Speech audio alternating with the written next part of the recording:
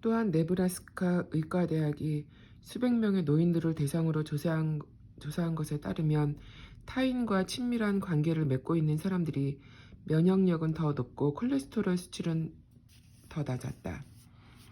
지난 몇 해 동안 서로 다른 연구가들이 친밀감과 건강의 관계를 알아보기 위해 적어도 6번의 폭넓은 조사를 실시했다. 수천 명의 사람들을 인터뷰한 뒤 다양한 연구가들은 똑같은 결론에 이르렀다. 친밀한 관계가 실제로 건강에 큰 도움을 준다는 것이다. 친밀감은 마음의 건강을 유지하는 데도 똑같이 중요하다. 심리 분석학자이자 사회철학자인 에리 프롬은 인류의 가장 근본적인 두려움은 다른 인간들과 멀어지는 것이라고 주장했다. 그는 유아기에 처음으로 다른 사람들과 떨어지는 경험을 하면 그것은 평생 동안 그 사람이 갖는 모든 불안의 원천이 된다고 믿었다. 존 보울비 또한 프롬의 생각에 동의하면서 그것을 뒷받침하는 많은 실험 증거와 연구 결과를 내놓았다. 보울비의 연구에 따르면 아기가 태어나 첫 해에 엄마나 아빠처럼 자신을 보살피는 사람과 떨어지면 반드시 공포와 슬픔을 느낀다는 것이다. 다른 사람들로부터 분리되고 친밀한 관계를 잃는 일은 인간이 느끼는 두려움과 슬픔의 근원이 된다고 그는 말했다. 친밀감이 그토록 중요하다면 일상생활에서 친밀한 관계를 가질 수 있는 방법은 무엇일까? 지난번 대화에서 달라이라마가 말한 방법을 따른다면 먼저 친밀감에 대해 배우는 것이 합리적일 듯하다. 다시 말해 친밀감이 무엇인지 이해하고 친밀감에 대한 옳은 정의와 예를 찾는 일이다. 하지만 그 대답을 과학에서 찾는다면 친밀감이 중요하다는 데는 연구가들의 의견이 일치하지만 그것을 제외하고는 각자의 의견이 다르다는 것을 알 수 있다. 친밀감에 대한 연구를 대충 훑어만 봐도 친밀감에 대한 정의와 이론이 너무 다양하다는 것이 맨 먼저 눈에 띌 것이다. 그 중에서도 가장 구체적인 것은 데스몬드 모리스의 이론일 것이다. 그는 동물 행동학에 대해 교육을 받은 동물학자의 시각으로 친밀감에 대한 책을 썼다. 친밀한 행동이라는 책에서 모리스는 친밀감을 이렇게 정의했다. 친밀하다는 것은 가깝다는 의미다. 내가 말하는 친밀한 행동은 두 사람이 신체 접촉을 할 때 일어난다. 순전히 신체 접촉의 관점에서 친밀감을 정의한 뒤 그는 계속해서 인간이 신체적 접촉을 할 수 있는 수없이 많은 방법을 연구한다. 단순히 등을 두드리는 것에서부터 가장 에로틱한 포옹까지 그는 신체 접촉을 인간이 서로를 편안하게 해주는 수단으로 보았다. 우리는 서로 껴안거나 손을 잡기도 하며 그렇게 할 수 없을 경우에는 매니큐어를 발라주는 것처럼 간접적으로 신체 접촉을 한다는 것이다. 그는 심지어 우리가 친밀감을 얻기 위해 사람 대신 주변에 있는 물건들, 이를테면 담배나 보석, 물침대 같은 것에 신체 접촉을 한다고 말한다. 대부분의 연구가들은 친밀감을 아주 구체적으로 정의하진 않지만 친밀감이 신체적인 가까움을 넘어선다는 것에는 의견이 일치한다. 친밀감이라는 말의 어원이 안 또는 가장 깊숙한 이라는 의미를 가진 라틴어 인티마라는 것을 떠올리면서 연구가들은 친밀감이 보다 넓은 의미를 갖고 있다는 데 대체로 동의한다.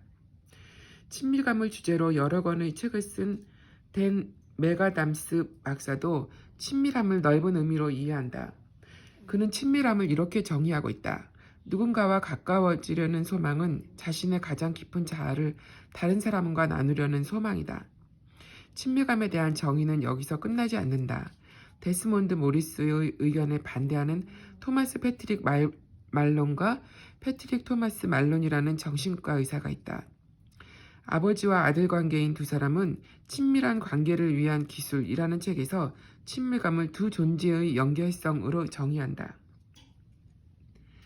그들은 친밀감을 이해하기 위해 사람들 사이의 연결성을 철저히 조사하기 시작했다. 하지만 그들은 친밀감이 인간들 사이에만 있는 것은 아니라고 생각했다. 사실 그들의 정의는 너무 포괄적이어서 인간과 무생물과의 관계도 그 안에 포함된다. 이를테면 나무와 심지어 공간과도 친밀한 관계를 맺을 수 있다는 것이다. 어떤 방식의 친밀한 관계가 이상적인가에 대한 생각도 지역과 역사에 따라 다르다. 강한 친밀감을 느끼는 특별한 한 사람과 관계를 맺는다는 낭만적인 생각은 우리의 시대와 문화가 만든 것이다. 모든 문화가 그런 식의 친밀한 관계를 받아들인 것은 아니다. 일본에선 친밀감을 얻기 위해 우정에 더 많이 의존하는 것처럼 보이며, 반면에 미국인들은 남자친구나 여자친구 또는 배우자와의 낭만적인 관계에서 친밀감을 찾으려고 한다. 이 점에 주목한 일부 연구가들은 아시아인들이 열정과 같은 개인적인 느낌에 몰두하기보다는 실용적인 태도로 사회적인 것에 더 애착을 느끼기 때문에 인간관계가 붕괴되어도 환멸을 덜 느낀다고 주장했다.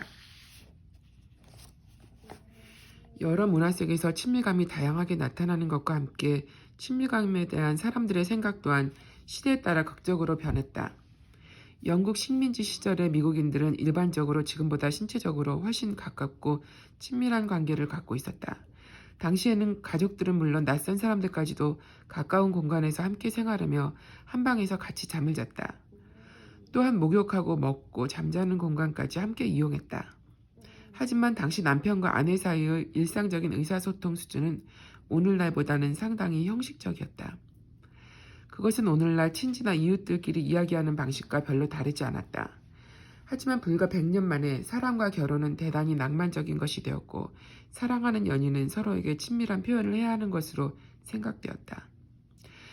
무엇이 개인적이고 친밀한 행동인가에 대해서도 시대마다 생각이 달랐다. 16세기 독일에서는 신혼부부가 그 결혼을 인정하는 증인들이 가져온 침대에서 신방을 차려야 하는 것으로 생각했다. 사람들이 자기 감정을 표현하는 방법도 달라졌다. 중세 사람들은 자신의 온갖 느낌을 공개적으로 드러내는 것이 자연스럽다고 생각했다. 그들은 기쁨, 분노, 두려움, 경건함, 심지어 적을 고문하고 죽이는 즐거움 같은 느낌을 상당히 강렬하고 직접적으로 표현했다. 중세 사람들은 미친 듯이 웃고 격정적으로 울고 폭력적으로 분노를 터뜨리면서 자기 감정을 표현했으며, 그런 일이 오늘날의 우리보다 훨씬 많았다. 하지만 중세 사회의 사람들이 너나 없이 자신의 느낌과 감정을 표현하자 사람들 사이에 감정적인 친밀감이 들어설 자리가 없어졌다.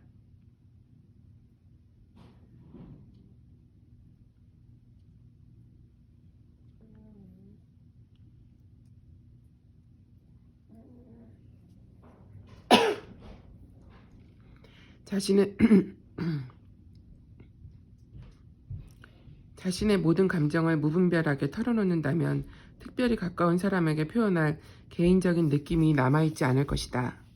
분명한 것은 친밀감에 대해 우리가 당연하게 여기는 생각들이 절대적이지 않다는 사실이다. 그런 생각들은 시대에 따라 변하고 때로는 사회, 경제, 문화 조건에 따라 달라진다. 우리는 현재 서양에서 말하는 친밀감에 대한 다양한 정의에 혼란을 느끼기 쉽다. 머리를 자르는 일에서부터 해왕성의 달과 인간과의 관계에 이르기까지 온갖 이론이 등장한다. 그렇다면 친밀감이 무엇인지 이해하려고 하는 우리는 이런 상황을 어떻게 받아들여야 할 것인가? 내가 생각할 때 이 상황이 우리에게 암시하는 것은 분명하다.